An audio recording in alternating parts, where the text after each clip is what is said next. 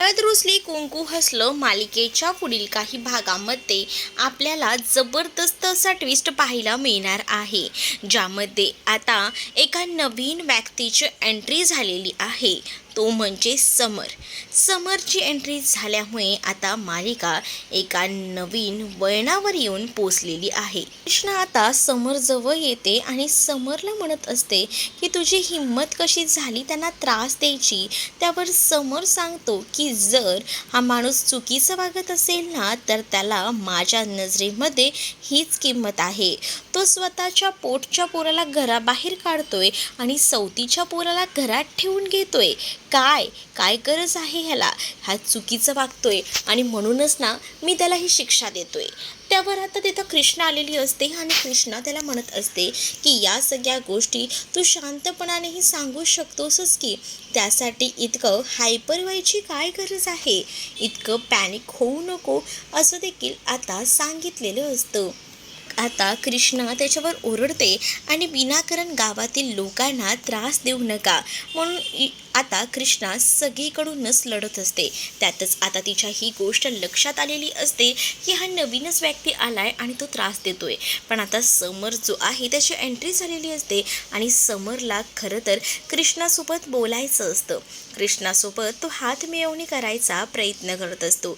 कृष्णा त्याला नाही असं सरळ म्हणते, पण कृष्णालाच त्यावेळेला आता तो सांगू लागतो, तुम्ही जरी माझ्यासोबत हात मिळवलात नाही तरीसुद्धा मी तुम्हाला तुमच्या भावासारखा आहे. ते काय ना, तुमच्या भल्याचं काम माझ्याकडे आहे. मग कृष्णाही त्याला विचारते की काय माझ्या भल्याचं काय काम. त्यावर कृष्णाला तो म्हणत असतो की मला माहिती आहे या गावातलं बाळजाचं स्थान तुम्हाला कुठेतरी कमी करायचं आहे, कुठेतरी पाडायचं आहे, बरोबर की नाही. आणि या सगळ्या गोष्टी ना मला माहिती आहेत, कारण बाळजाची पूर्ण हिस्ट्री मी ओळखून आहे आणि त्यामुळेच ना बाळजाला कसं मातीत लोळवायचं या सगळ्या गोष्टी मला माहिती आहेत. त्यामुळे तू काळजी करू नकोस, ह्या सगळ्या कामाचं नियोजन माझ्या डोक्यामध्ये फिट आहे. आणि त्याचसोबत तुला एक गोष्ट सांगतो की मला सगळ्या काही गोष्टी माहिती आहेत.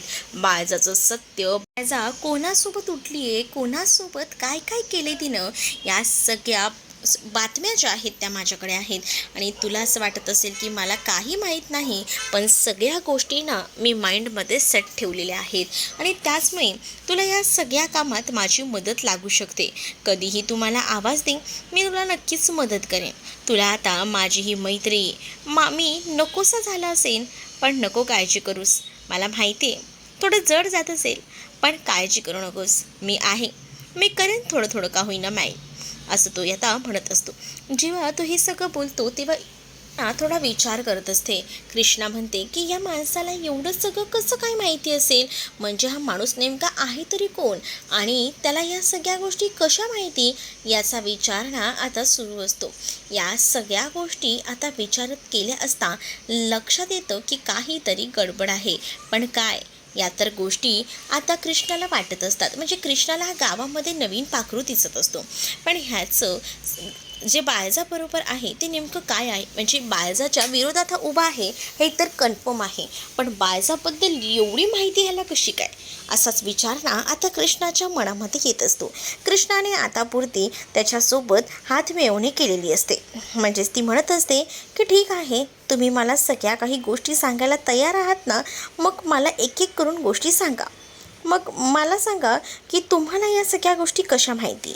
त्यावर मात्र आता तो सांगतो की बघा, तुम्हाला ना मी सगळ्या गोष्टी सांगतो, पण यासाठी सुद्धा काहीतरी कारण हवं ना. म्हणजे कसं बघा, मी तुम्हाला सगळ्या गोष्टी सांगेन, पण थोड्या थोड्या हळूहळू, लगेच सगळ्या गोष्टी तुम्हाला पचनी पडणार नाहीत, कारण बाळजाबाईनं एक नाही बरेच कारनामे केलेत, त्यामुळे हळूहळू सगळं काही सांगेन मी, असं देखील कृष्णाला आता तो म्हणत असतो. कृष्णा जेव्हा हे सगळं काही ऐकते तेव्हा विचार करते की हा माणूस एवढं कसं काय बोलतोय. आणि नेहमीप्रमाणेच तो म्हणतो, आपण जेव्हा एखादं काही ठरवतो ना ते आपण पक्कं करतो, त्यासाठी आपण मागे हटत नसतो, असंही आता त्यानं म्हटलेलं असतं. आता हे वाक्य बरोबर लक्षात राहिलेलं असतं इथे असणाऱ्या या कृष्णाच्या डोक्यामध्ये, कारण तो ते वाक्य एकदम स्पष्टपणे बोललेला असतो. आणि या सगळ्या गोष्टी ऐकून ना आता डोकं काहीसं चालेन असं कृष्णाचं झालेलं असतं. पण हा समर जो आहे ना त्याची मालिकेत एंट्री झालेली आहे आणि तो या रांगडे पाटलांच्याच घराचा माणूस आहे. आणि हे फक्त बाळजा आढळराव या लोकांना याचा पूर्ण भूतकाळ जो आहे तो माहिती आहे. आणि म्हणूनच या कृष्णाला याच्याबद्दल काही माहीत नसतं, पण कृष्णाने त्याचं बोलणं ऐकून घेतलेलं असतं. कृष्णासोबत तो हात मिळवणी करतो आणि कृष्णालाही तो सांगत असतो की मी तुझ्यासोबत आहे आणि तू ज्या ज्या काही गोष्टी मला सांगतेस ना त्यावरून मी बरोबर ओळखू शकतो, असं देखील आता म्हटलं जातं. या सगळ्या गोष्टी आता त्या माणसानं कृष्णाला सांगितलेल्या असतात. कृष्ण घरी यायला निघते कारण कृष्णाला या समरमध्ये ना एक वेगळंच काहीतरी दिसत असतं. हा समर आणि बाळजाचा भूतकाळ या सगळ्याशी काय संबंध असेल बरं? तर आता समर जो आहे ना त्याची आई आणि आढळराव यांचे नातेसंबंध होते. म्हणजेच आढळरावांची दुसरी बायको ही समरची आई होती. ती आता या जगात नाही, तर ती या जगात नसण्यामागचं एकमेव कारण हे सुद्धा बायजाबाईच आहे. बायजाबाईनंच त्या आढळरावाच्या दुसऱ्या बायकोला संपवलं आहे. का तर आढळराव जास्तीत जास्त वेळ त्या बाईसोबत राहायचे आणि आढळरावांचा हा मुलगा समर त्याला घरात घ्यायचं नव्हतं, कारण तिला फक्त दुष्यंतचं या घरामध्ये स्थान हवं होतं. त्यामुळे तिने त्या बाईला म्हणजेच आढळरावांच्या ठेवलेल्या दुसऱ्या पत्नीला आता बाळजानं घराबाहेर काढलेलं असतं या मुलासकटच. म्हणून आता तो मुलगा म्हणजे समर या सगळ्याचा बदला घ्यायला पेटून उठलेला असतो आणि त्याला आता माहिती असतं की मी माझ्या आईच्या मृत्यूचा बदला घेणार आणि त्या बदलात या बाईला मी संपवणार, हे तर आता फिक्स असतं. आणि त्याचमुळे तो आलेला असतो. जेव्हा तो हे सगळं करून आलेला असतानाच बाळजाचा संपूर्ण इतिहास त्याला माहिती असतो आणि त्यामुळेच आता त्याला माहिती असतं की बाळजाचा संपूर्ण इतिहास जर बाळजाच्या सुनेला सांगितला तर नक्कीच ती सून आपल्या पाठीशी उभी राहील आणि त्यामुळेच आपण जे करायला पाहतोय ते करू शकू, असाही विचार ना आता त्याच्या डोक्यामध्ये येत असतो. म्हणूनच बाळजाचं खरं रूप आणायचं आणि बाळजाला कायमचं संपवायचं यास्तकरिता तो आता आलेला असतो. आणि आता त्यांनी सगळ्या गोष्टींचं नियोजन एकदम सेट केलेलं असतं. बाळजाच्या भूतकाळातून त्याला आता खूप मोठा फायदा होणार असतो आणि यासाठी त्याने सगळ्याचं नियोजन एकदम व्यवस्थित करून ठेवलेलं असतं. तर दुसरीकडे मात्र आता पाहायला मिळतं की समरने आता दुष्यंतला तर ओळखलेलंच असतं, पण दुष्यंतसोबत त्याचा कधीच संबंध आलेला नव्हता.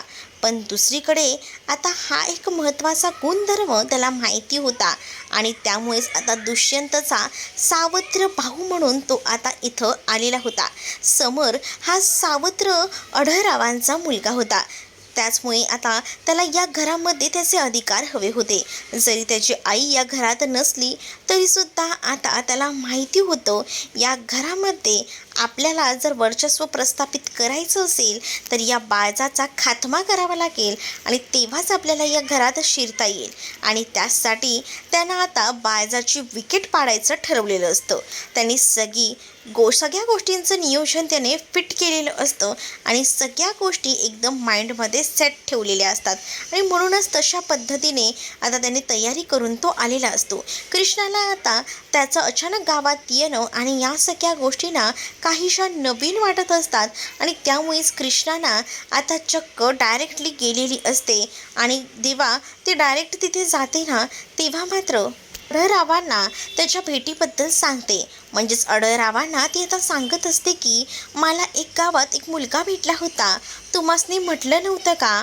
मला थोडा डाऊट येतोय की कोणीतरी बाळजाबाईच्या विरोधात उभा आहे, तर तोच मुलगा आहे, दुसरा तिसरा कोणी नाही, तोच मुलगा बाळजाबाईंच्या विरोधात आहे आणि त्याच्याकडे भलतेच कसले तरी पुरावे आहेत आणि त्या पुराव्यांच्या आधारावरच तो मला म्हणत होता की मी तुला सगळं काही सांगतो आणि मीही त्याच्यावर विश्वास ठेवला आहे. तुम्हासनी खरंच वाटतं का की त्याच्याकडे काही पुरावे असतील म्हणून, असं ती आढळरावांना विचारते. आढळराव म्हणतात पण तो पोरगा कोण होता, काय काय बोलत होता? त्यावर कृष्णा आता समरचं वाक्य बोलत असते आणि म्हणत असते की तो मला इतकं म्हटला की मी जे ठरवतो ते पक्क तसंच करतो, एकदा आपण वादात दिला म्हणजे दिला, असंही त्यानं मला म्हटलं. या भाषेत तो बोलत होता पण या गावात ना तो नवीन वाटत होता. असं देखील आता कृष्णा बोलत असते आणि अढळरावांना ती हाही प्रश्न विचारते की या बाईचं आणि त्यासोबत या माणसाचं म्हणजे समर आणि बाळजाचं काय एकमेकांसोबत वैर असेल का म्हणून ते दोघंही जण एकमेकांच्या जीवावर उठले असतील. म्हणजे यांनी काहीतरी बिघडवलं असणार आहे ना, त्याशिवाय थोडी ना हे सगळं काही असं घडतंय. कृष्णाने आपली बाजू मांडलेली असते पण इथे अढळरावांच्या डोक्यामध्ये वेगळेच प्रश्न आता सुरू असतात. अढळरावांच्या डोक्यामध्ये काही ना काही सुचत असतं. त्यांना आता अगदीच असं डोकं बंद पडल्यासारखं झालेलं असतं कारण तेव्हा त्यांच्या समोर त्यांचा संपूर्ण भूतकाळ दिसत असतो. त्यांच्या भूतकाळामध्ये सुद्धा असेच काही गुण त्यांना दिसत होते. म्हणजे नेहमीच दुष्यंत त्यांना म्हणत असतो की तुमच्यासारखं मला नाही व्हायचंय, तुमच्यासारखं मला नाही व्हायचंय. याचं एकमेव कारण हेच आहे की अढळरावांचं बाळजाबाईंच्या लग्नानंतर सुद्धा एक बाहेर अफेअर होतं आणि त्याच बाईचा जो मुलगा आहे तो आता समर आहे आणि समर हा अढळरावांचा मुलगा आणि त्याचसोबत दुष्यंतचा सावत्र भाऊ म्हणून आता मालिकेत एंटर करून आलेला आहे. आणि त्यामुळेच आता अढळरावांना त्या सगळ्या बोलण्यावरनं असंच वाटत असतं की हे तर समरचं वाक्य होतं. म्हणजे खरंच समर या गावी आलाय का, काय करायला आला असेल. तो जर आला ना तर तो कोणास नेहमी सोडणार नाही असाही विचार आता सुरू असतो. दुसरीकडे मात्र आता पाहायला मिळत असतं बाळजाला त्या चिठ्ठीमुळे एकतर भीती वाटत असते आणि मग ते विचारही करत असते की खरंच ना माझ्या नशिबी काय काय आहे, मी कसला कसला विचार करतोय. पण खरंच या सगळ्या गोष्टी अशा घडल्या आहेत त्या नेमक्या आहेत तरी कशा, असं देखील विचार तिच्या मनामध्ये येत असतो. म्हणजे कोणी मला ती चिठ्ठी पाठवली असेल तिथून तिचं सगळं काही सुरू होतं. तेवढ्यातच आता कॉलही आलेला असतो आणि पुन्हा एकदा फोनवरून तो माणूस बाळजाबाईला धमकी देतो आणि म्हणतो की आता तर फक्त तुला चिठ्ठी पाठवली आहे पण पुढे पुढे बघ नेमकं काय काय होतंय ते, असं देखील आता बोललं जातं. आता या चिठ्ठीनंतर आता हा फोन, त्यामुळे बाळजा अजूनच टेन्शनमध्ये येते. तिला आता कळत नाही की काय करावं आणि काय नाही ते. त्यामुळे ती आता शांतच बसलेली असते. कृष्णा तेवढ्यातच तिथे येते आणि कृष्णा बाळजाच्या जखमेवर आता मीठ चोळत असते. म्हणजेच कृष्णा आता बाळजाला सांगते की आता कसं वाटतंय तुम्हासनी, म्हणजे बरं तर वाटतंय ना, कारण सकाळी तुम्हाला एक चिठ्ठी आली होती आणि त्या चिठ्ठीनंतर तेव्हापासून बघतोय मी तुमचं सगळंच लक्ष विचलित झालेलं आहे. आता फोन कोणाचा होता, त्याच माणसाचा होता की काय, पुन्हा एकदा तुम्हाला धमकवल्याचं वाटतं, असं आता मुद्दामून बाळजाला कृष्णा चिडवतच बोलत असते. त्यावर आता बाळजा काहीच बोलू शकत नसते. बाळजा शांत असते. बाळजा म्हणते की आज तुला काही कामं नाही आहेत का, जा ना तुझी तू कामं कर ना, कशाला माझं डोकं फिरवतेस, असंही आता ती तिला म्हणत असते. आता बाळजाला कळत नसतं की या सगळ्या प्रसंगात कसं सामोरं जावं ते, कारण आता तिचा भूतकाळ हा तिच्या समोर कसा ना कसा तरी येणार असतो. मग तिचा हा भूतकाळ खूप जास्त काळा असतो कारण तिनं बरेच असे कारनामे केलेले असतात आणि ते आता तो मुलगा समोर आणणारे म्हटल्यावर ती खूप जास्त घाबरते. मग आता कृष्णाला समर कशा पद्धतीने मदत करतो आणि समर आणि नेमकं रांगणे पाटलांचा काय संबंध आहे हे कृष्णाला कळल्यानंतर कृष्णा काय स्टँड घेते हे पाहणं सुद्धा इंटरेस्टिंग असणार आहे. तुम्ही जर आपल्या चॅनलवर नवीन असाल तर आपल्या चॅनलला सबस्क्राईब करायला विसरू नका. त्याचसोबत व्हिडिओ आवडला असेल तर व्हिडिओला लाईक नक्कीच करा. चला तर मग भेटूया पुढच्या भागामध्ये. तोपर्यंत टाटा बाय.